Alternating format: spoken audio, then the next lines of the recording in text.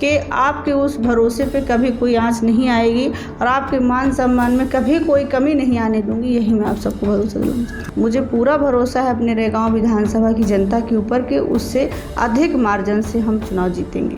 मेरे समाज के लोग मेरे साथ पहले थे, आज भी हैं और आगे भी रहेंगे। मध्य प्रदेश में सियासी पारा चढ़ चुका है। सभी राजनीतिक दलों ने अपने अपने प्रत्याशी चुनावी मैदान में उतार दिए हैं। सतना जिले की रैगांव विधानसभा सीट पर कांग्रेस ने तीसरी बार कल्पना वर्मा को मौका दिया। कल्पना वर्मा यहाँ की मौजूदा विधायक हैं। सीधे उनका रुख कर लेते हैं। कल्पना जी, पहले तो आपको बहुत बहुत शुभकामनाएं। पार्टी ने आपको तीसरी बार मैदान में उतारा है। आप वहाँ की सिटिंग एमएलए हैं। क्या लगता है, इस बार जनता आपको चुनेगी या बदलाव चाहती है जनता यहाँ का? सबसे पहले तो मैं आपको धन्यवाद ज्ञापित करना चाहती हूँ और अपने शीर्ष नेतृत्व को भी धन्यवाद ज्ञापित करना चाहती हूँ कि जो उन्होंने तीसरी बार मुझे मौका दिया और मेरे ऊपर भरोसा जताया। आज विजयदशमी का पर्व है, तो मैं समस्त देशवासियों को, अपने क्षेत्रवासियों को विजयदशमी की ढेर सारी शुभकामनाएं एवं बधाई देना चाहती हूँ। और जैसा कि आपने कहा कि जनता पुनः मौका देना चाहती है या नहीं, है ना, तो मैं आपको बताना चाहती हूँ कि रैगांव विधानसभा की जनता का जो स्नेह आशीर्वाद मुझे उपचुनाव में मिला था, वही स्नेह और आशीर्वाद आज भी मुझे मिलेगा और आगे भी मिलेगा। क्योंकि जनता से हमेशा मेरा पारिवारिक संबंध रहे हैं और रैगांव विधानसभा को कभी मैंने विधानसभा या कार्यक्षेत्र नहीं माना, बल्कि पूरी विधानसभा को मैंने अपना परिवार और अपना घर समझा है। और उसी नाते लोगों से वो जुड़ाव भी है और लोगों का ये मानना भी है कि हमारे परिवार का ही हिस्सा है।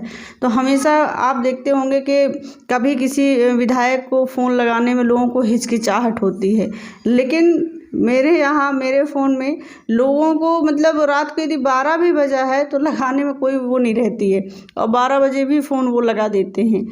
अब चूँकि मैं महिला हूँ और मेरे भी बच्चे हैं, परिवार हैं, तो हमेशा मैंने उनकी समस्याओं को समझने का प्रयास किया है और हमेशा उनके सुख दुख में खड़े रहने का प्रयास किया है। 18 का आपने चुनाव लड़ा था, पहला चुनाव था, सामना जुगल किशोर बागरी से था और काफ़ी गद्दावर नेता थे, बीजेपी के कई बार विधायक रहे हैं। उस समय क्या लगता है आपको, क्या कमियां थी, क्या चूक रह गई थी कि आप वो चुनाव हारी थी? उस समय 2018 के इलेक्शन में मैं पहली बार चुनाव लड़ रही थी और मुझे उतना अनुभव भी नहीं था और चुनाव कैसे लड़ा जाता है, उसकी क्या प्रक्रिया होती है, ये भी मुझे नहीं पता था। लेकिन फिर भी रैगांव विधानसभा की जनता का आशीर्वाद मेरे साथ था और स्नेह था, तभी जाके मुझे 48,000 वोट मिला था। तो उस समय के लिए भी मैं जनता को धन्यवाद ज्ञापित करना चाहती हूँ। और जनता ने यह दृढ़ निश्चय कर लिया था कि आने वाले समय में हम इनको और मतों से आगे भेजेंगे और बाई इलेक्शन में वो आपको दिखा भी। बाई इलेक्शन की बात करें तो देखिए, उनके जो बेटे थे, जो जुगल किशोर बागरी के, पुष्पराज बागरी को टिकट नहीं मिली थी।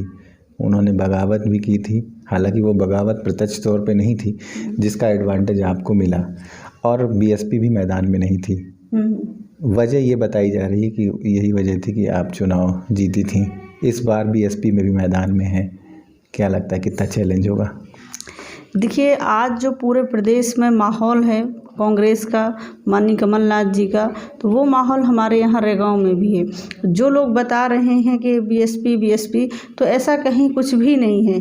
बहुत सारी चीज़ें होती हैं जो दिखती हैं वैसी होती नहीं हैं। अभी केवल लोगों ने वो बवंडर बना के रखा है, बाकी धरातल पे ऐसा कुछ भी नहीं है। मेरे समाज के लोग मेरे साथ पहले थे, आज भी हैं और आगे भी रहेंगे। और जितना वोट मुझे अभी बाई इलेक्शन में मिला है, मुझे पूरा भरोसा है अपने रैगांव विधानसभा की जनता के ऊपर कि उससे अधिक मार्जिन से हम चुनाव जीतेंगे। बहुजन समाज पार्टी से जो प्रत्याशी हैं, कहीं ना कहीं आपकी समाज से ही वो आते हैं। आपके समाज के जो वोट बैंक है, वर्मा समाज का वोट बैंक रैगांव विधानसभा में सबसे ज़्यादा है, उस पर भी कहीं ना कहीं सेंध लगेगी? नहीं, ऐसा कुछ भी नहीं है। देखिए क्या है कि जितने लोग लड़ते हैं हर व्यक्ति का पर्सनल कहीं ना कहीं टच तो रहता है, तो थोड़ा बहुत यदि वो कांग्रेस के वोट काटेगा तो निश्चित तौर पे बीजेपी के भी कटेंगे। ऐसा तो है नहीं कि किसी व्यक्ति ने पूरा वोट एक मुट्ठी में रख रखा है, ऐसा बिल्कुल नहीं है। तो यदि वो कांग्रेस के वोट कटेंगे तो निश्चित तौर पे बीजेपी के भी वोट कटेंगे, क्योंकि अभी बाई इलेक्शन की बात करें अपन, बाई इलेक्शन में आपने कहा कि बीएसपी नहीं लड़ी, तो बीएसपी का सारा वोट कांग्रेस को नहीं मिला है ना। यदि पूरा वोट कांग्रेस को मिला होता तो 90,000 के समथिंग कांग्रेस को वोट मिलता।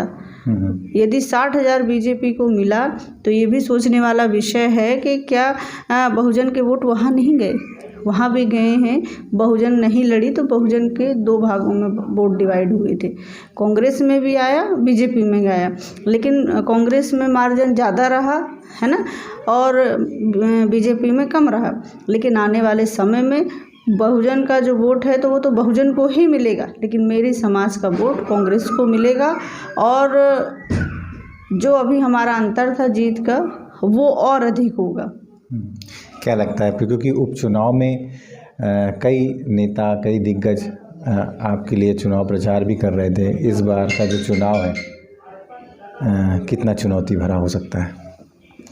देखिए, चुनाव में चुनौतियां तो होती हैं और भले ही लोग कहते हैं कि बहुत आसान है, बहुत आसान है, लेकिन यदि चुनाव है तो हर परीक्षा में चुनौती होती है। क्योंकि जब हम स्कूल की परीक्षा भी देते हैं, हमने कितनी भी तैयारी करी हो, लेकिन जब परीक्षा देने जाते हैं तब मन में यही रहता है कि पता नहीं कौन सा क्वेश्चन आ जाए, पता नहीं कौन सा सवाल आ जाए, तो थोड़ा रहता है। लेकिन ऐसा नहीं है, यदि हमने तैयारी करी है, तैयारी अच्छी है, तो रिजल्ट पॉजिटिव ही आता है। उसी तरीके से इलेक्शन है, हमारी तैयारी है और हमने जनता के बीच काम भी किया है। जो 32 सालों में काम नहीं हुए वो 1.5 साल में हमने काम करने के प्रयास किया है और किए भी हैं, वो दिखते भी हैं। यदि आप ग्राउंड पे जाएंगे तो वो आपको काम भी दिखेंगे।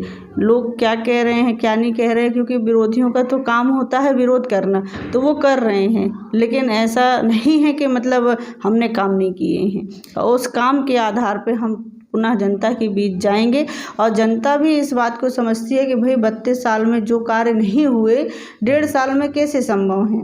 1.5 साल का समय तो महज सीखने का समय था और सीखने में ही निकल जाता है। जब कोई व्यक्ति 5 साल को विधायक बनता है तो 1.5 साल वो सीखता है, दूसरे साल से काम स्टार्ट करता है। लेकिन मेरे लिए तो बहुत बड़ी चुनौती थी कि 1.5 साल के समय में मुझे सीखना भी था, काम भी करना था, जनता से मिलना भी था और पार्टी के शीर्ष नेतृत्व के जो कार्यक्रम आते थे उनको भी करना था। और ये सारे काम मैंने करने का प्रयास किया। हो सकता है कुछ मुझसे जाने अनजाने गलतियां हुई हों, तो उसके लिए तो मैंने बार बार अपने रैगांव विधानसभा की जनता से क्षमा याचना भी करी है कि यदि जाने अनजाने कोई गलतियां हो गई हों तो आपकी बहन हूँ, आपकी बहू हूँ, और चूँकि परिवार में यदि कहीं किसी से कोई गलती हो जाती है तो क्षमा मांगने से कोई छोटा या बड़ा नहीं होता। तो मैंने हमेशा जनता के बीच यही संदेश दिया है और यही बोला भी है। और चूँकि आप भी लोग भी जानते हैं कि 1.5 साल का समय था और मैं कोई पहले से तो विधायक या पहले से कोई इतने बड़े उससे तो थी नहीं, नया कार्यकाल था और नई विधायक थी, तो बहुत सारी विसंगतियां रही हैं। तो हो सकता है कि थोड़ा बहुत कुछ भूल चूक हुई हूँ, तो उसके लिए मैं जनता से तो हाथ जोड़ के माफ़ी मांगती हूँ।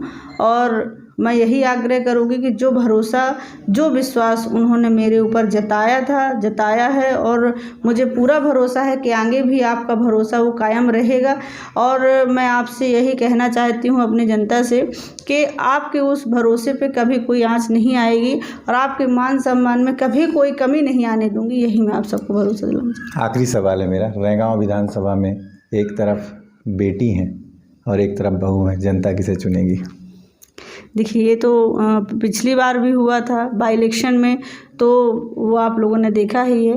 क्योंकि आप भी जानते हैं कि जब बेटी की शादी हो जाती है तो ससुराल चली जाती है जाती है कि नहीं, लेकिन बहू तो जीवन पर्यंत साथ में रहती है, जब तक जीवन है तब तक रहती है, और जब ऊपर चले जाए तो बात अलग है। तो लोगों ने भरोसा अपनी बहू के ऊपर जताया था और आगे भी मुझे पूरा भरोसा है कि वो अपनी बहू के ऊपर भरोसा जताएंगे। तो ये थी कल्पना वर्मा, जो कि रैगांव विधानसभा सीट से कांग्रेस की प्रत्याशी हैं, वर्तमान विधायक हैं, जीत का दम भर रही हैं। लेकिन इंतजार 3 दिसंबर का है, जिस दिन जनाधार सामने आएगा और देखना होगा कि जनता विधानसभा के सदन तक किसे पहुंचाती है। मृदुल पांडे, IBC 24 सतना।